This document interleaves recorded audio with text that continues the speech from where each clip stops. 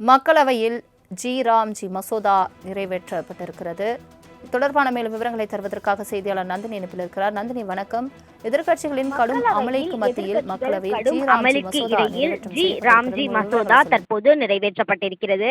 மசோதாவின் நகலை காங்கிரஸ் உள்ளிட்ட எம்பிக்கள் கிழித்தெறிந்து அமளியில் ஈடுபட்டிருந்தனர். மசோதாவின் நகலை காங்கிரஸ் எம்பிக்கள் கிழித்தெறிந்து அமளியில் ஈடுபட்டிருந்த நிலையில் மசோதா நிறைவேற்றப்பட்டதாக சபாநாயகர் ஓம் பிர்லா அறிவித்து மக்களவையை ஒத்திவைத்திருக்கிறார். அந்த வகையில் பார்த்தோம் என்றால் ராம்ஜி மசோதா கடும் அமளிக்கு எதிரில் தற்போது மக்களவையில் நிறைவேற்றப்பட்டிருக்கிறது. குறிப்பாக இது தொடர்பாக ஏற்கனவே பல்வேறு கடும் எதிர்ப்புகள் எழுந்திருந்தன. அது மட்டுமல்லாமல் பல்வேறு காரசார விவாதங்களும் நடத்தப்பட்டன. இந்த நிலையில்தான் பார்த்தோம் என்றால் மகாத்மா காந்தி ஊரக வேலை உறுதி திட்டத்திற்கு பெயர் மாற்றம் செய்யப்பட்டிருக்கிறது. அதற்கான மசோதா மக்களவையில் நிறைவேற்றப்பட்டிருக்கிறது.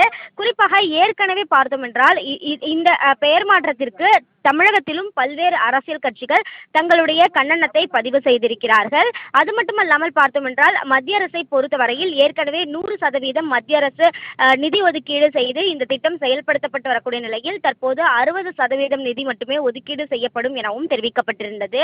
இந்த நிலையில்தான் இது தொடர்பாக நேற்றும் பல்வேறு காரசார விவாதங்கள் மக்களவையில் நடைபெற்றிருந்தன.